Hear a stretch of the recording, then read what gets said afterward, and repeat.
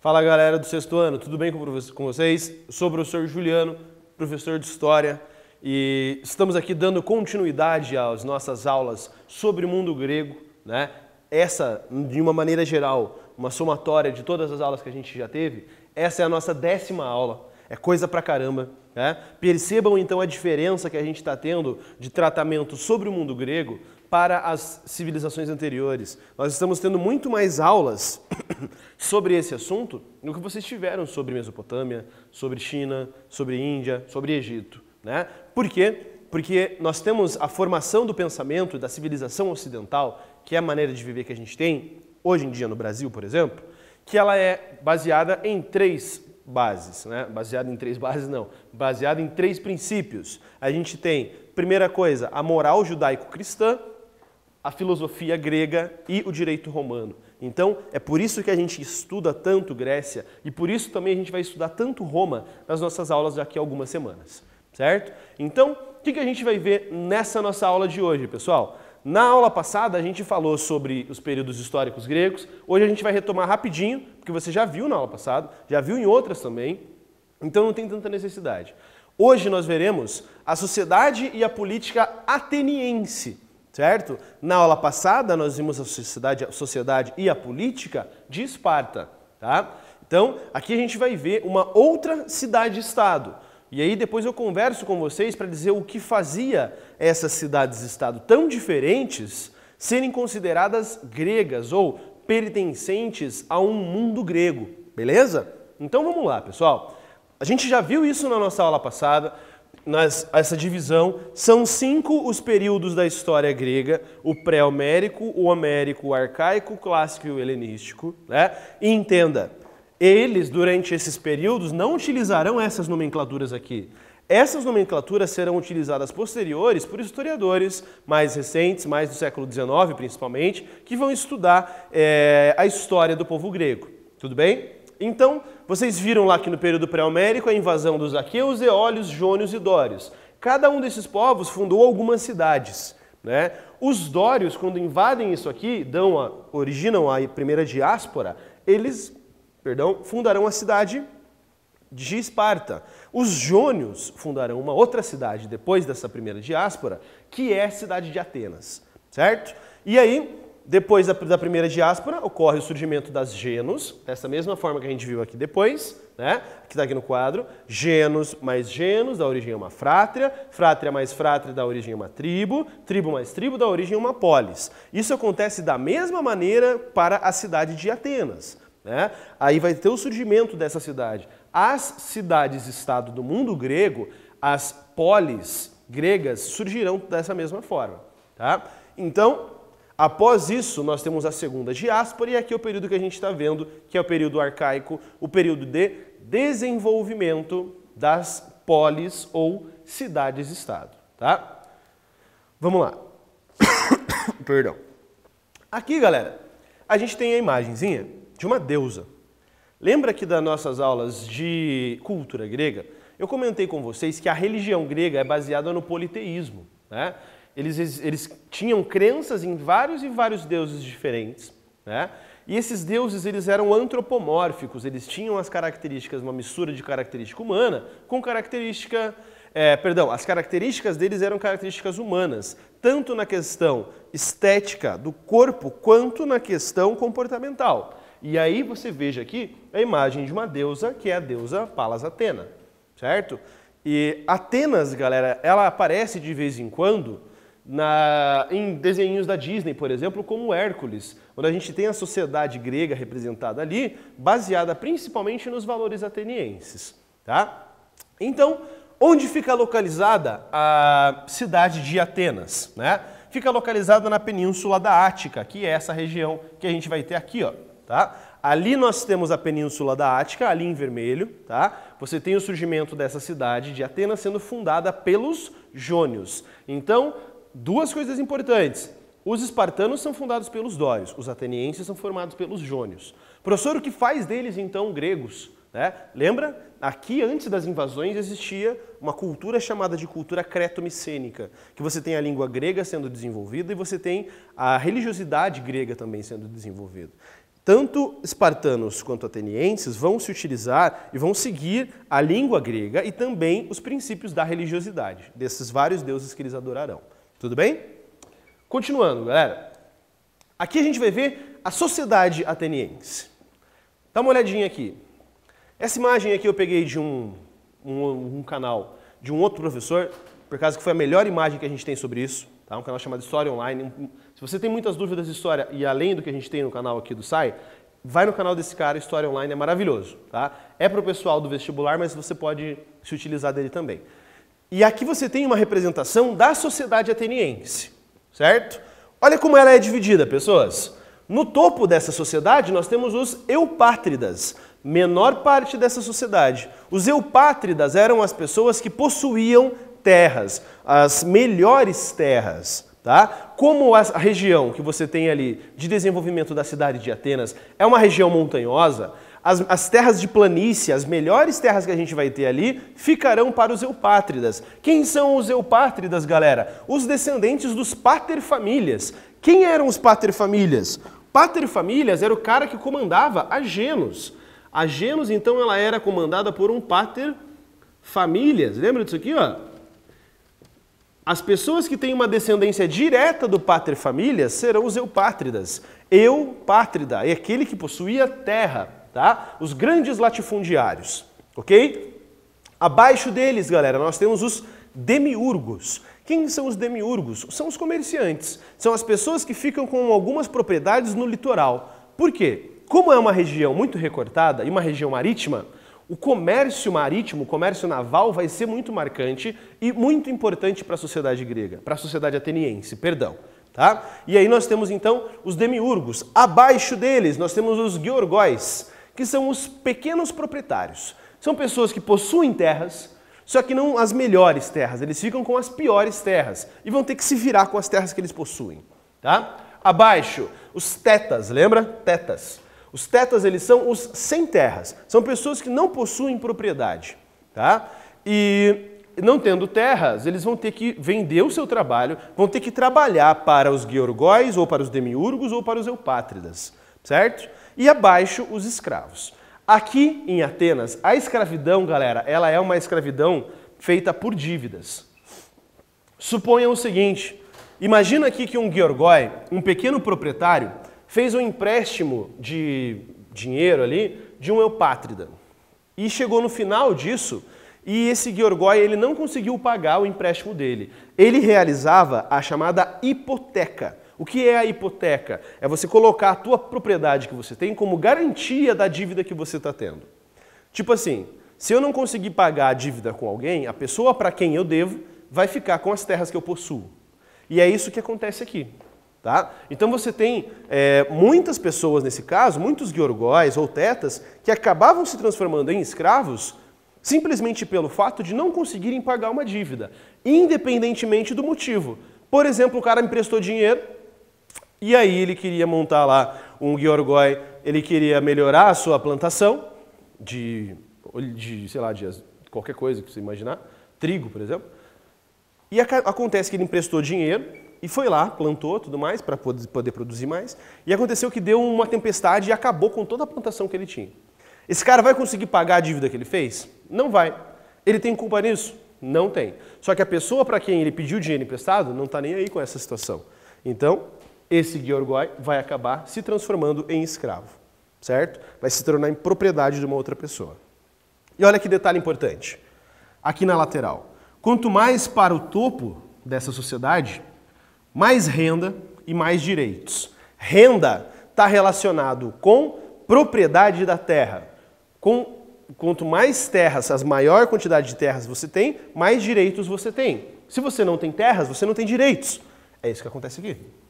Certo? Se você também tem mais dinheiro, você também tem mais direitos. Certo? É uma sociedade que possibilita alguma ascensão social, e mudança social, tanto para cima quanto para baixo. Características políticas, galera, que a gente vai ter em Atenas. Aqui é importante. Primeira, fase da monarquia.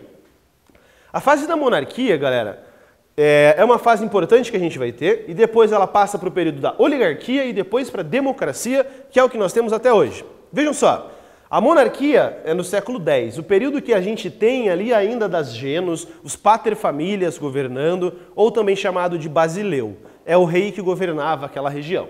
Depois passa-se para a oligarquia no século VIII. Na oligarquia, olha o que vai rolar. Empobrecimento dos pequenos proprietários. Eles vão começar a se empobrecer e vai ser cobrada a hipoteca, e quando é cobrada a hipoteca, acontecia dele se transformar em escravo.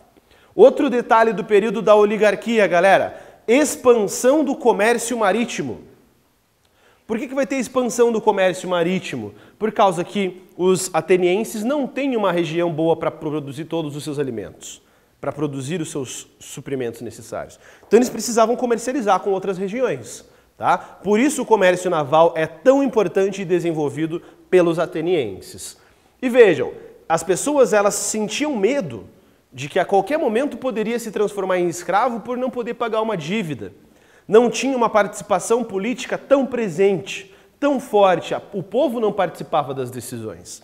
E aí essa insatisfação de pessoas ricas que às vezes não conseguiam participar da política também, vai dar origem às chamadas reformas legislativas. São mudanças nas questões das leis atenienses. Tá? Primeira coisa, primeiro deles, o Drácon. O Drácon, não é o Draco Malfoy do Harry Potter, é o Drácon, de 621 a.C., ele vai fazer um código de leis escrito. O que significa isso? Professor, que não existia lei escrita em Atenas. Não, existia. Ele vai unir essas leis todas em um único código, que você vai ter acesso a essas leis. Tá? Só que essas leis elas eram leis conservadoras, extremamente rígidas. Tá? E por isso que a gente fala, até hoje em dia, a expressão lei draconiana, que são leis muito pesadas, muito rígidas, muito autoritárias. As leis já existiam, o que o Drácon faz é compilar essas leis em um código, em um livrão que tenha todas elas. Tá? E elas eram leis conservadoras e autoritárias, ou seja, para o povo não mudou muita coisa. Mudou pelo sentido de que agora eles tinham acesso a essas leis, porque elas estavam escritas e unidas. Então, se você queria saber se você tinha direito a alguma coisa ou não, você consultaria essas leis. Tudo bem? Depois do Drácon, nós tivemos um outro reformador, reformista, desse período das reformas legislativas, que foi o Solon. O que o Solon fez de importante? Olha isso aqui. Ele propõe o fim da escravidão por dívidas. Quem vai gostar disso? As pessoas aqui que a gente tem, os Georgóis e os Tetas. Por quê? Agora, se a pessoa tem uma dívida, ela não corre mais o risco de acabar se tornando um escravo. E isso é bom. Isso é bom por causa que você perde esse medo de se tornar escravo e propriedade de alguém, ou seja, de perder a sua liberdade. Né? Então, é isso que o Solon vai fazer. Isso é importante. Isso pode aparecer numa questãozinha para você. Tá? Ele propõe o fim da escravidão por dívidas. Outra coisa, olha o que ele vai fazer de legal. Ele coloca para as pessoas a chamada bulé. É um conselho de 400 pessoas. 400 cidadãos atenienses vão participar dessa bulé, em que elas vão sugerir leis, sugerir coisas novas a serem colocadas em prática. Tá? E aqui um detalhe importante, porque você pensa, pô, professor, já está tendo a galera participando. Pois é, aqui a gente tem a eclésia ainda, que é uma assembleia popular, que vai decidir as leis e colocar em prática. Vai ter uma votação para colocar em prática. Você pensa, professor, isso aqui não é democracia? Não. Por que ela não é democracia? Porque ela é baseada na estrutura censitária. Ela é baseada na renda, baseada na grana. Se você é rico, você participa disso. Tá? Por isso não é democracia. E quando a gente fala democracia no mundo antigo, é uma democracia diferente da democracia que a gente tem no mundo contemporâneo. Tá? Mas veja, você já tem pessoas participando. Não é um governo que fica nas mãos de uma única pessoa. Tá? Então você tem fim da escravidão por dívidas, a bulé composta por 400 pessoas ali, cidadãos, e a eclésia que é quem coloca essas leis em prática. Certo? Depois disso, galera, a Grécia os atenienses, passam por um período de tirania, que é quando você tem uma pessoa assumindo o poder por meio de um golpe. Tá? E aí, dentre essas pessoas que vão ser os tiranos, nós chegamos a um governante, um reformista também importante, que é esse cara aqui, o Clístenes. O que foi que o Clístenes fez? Esse aqui é o cara. Tá? O Clístenes é um cara super importante, pessoal. Por quê? Professor, o cara viveu por 2 anos? Não, é o período que ele vai estar como reformista, de 512 a 510 a.C. Um outro detalhe, perceba que está passando o tempo e está diminuindo o ano, porque está ficando cada vez mais próximo do nascimento de Jesus. O que o Clístenes faz? E por que ele é tão importante assim? Você já tinha Abulé, você já tinha cidadãos participando das decisões dentro de Atenas. O que ele faz de tão importante e tão significativo?